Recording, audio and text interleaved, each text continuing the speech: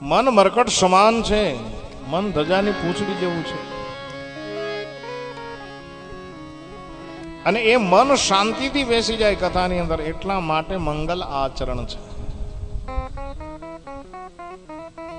આજ શબ્દનો એક અર્થ કરો કે આપણું આચરણ સુધારી એટલે બધે મંગલ મંગલ મંગલ મંગલ થવા માંડે.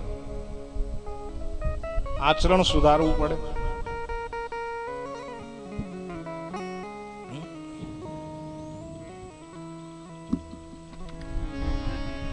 આપણે કેરેક્ટરલેસ હોય તો આચરણ આપણું સુધરે નહીં. મંગલાચરણ આપણું મંગલ ન થાય. अगर जीवन में मंगल चाहते हो तो हमारा आचरण को सुधारना होगा.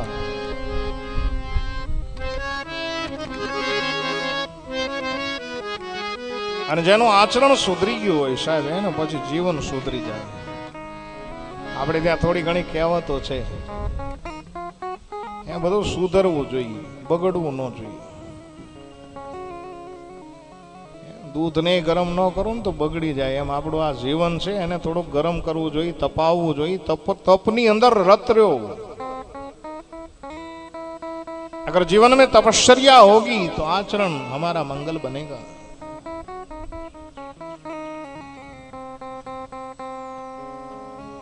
कैरेक्टर बगड़ी जाए, जीवन बगड़ी जाए. दाल बगड़े तो वरो बगड़े. बहनों ने खबर हो, અથાણું બગડે તો વરસ બગડે.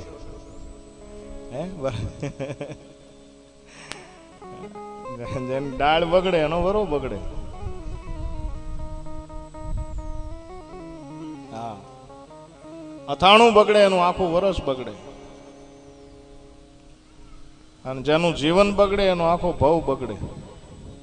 એટલા માટે મંગલાચરણ છે. અને મંગલાચરણ બહુ સુંદર આપવામાં આવ્યું છે. 3 મંગલાચરણ છે આખા ભાગવતમાં. થોડીક ધ્યાનથી કથાને સાંભળજો. આમાં શું મેરું ડગી જાય. માંડ માંડ કથામાં ધ્યાન આપ્યું હોય ત્યાં પંખા આવે. આ લે પંખો આવ્યો હોય, પંખો આવ્યો તો હવા આવશે, આવું બધું છે. એટલે ધ્યાન, પંખો ફરશે, ફેર્યો. આપણે આપણા મન કથામાં રાખો. મેં હમણાં જ કીધું કે મન છે એ મરકટ સમાન છે.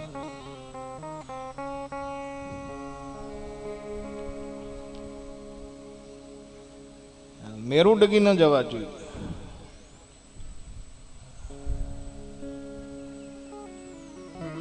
આ બધી વ્યવસ્થા આપના માટે જ છે,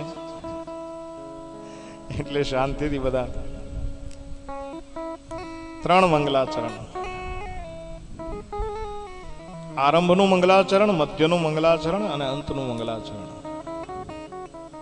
એમાં અંતનું મંગલાચરણ શ્રી સૂત પુરાણી મહારાજ કરે છે.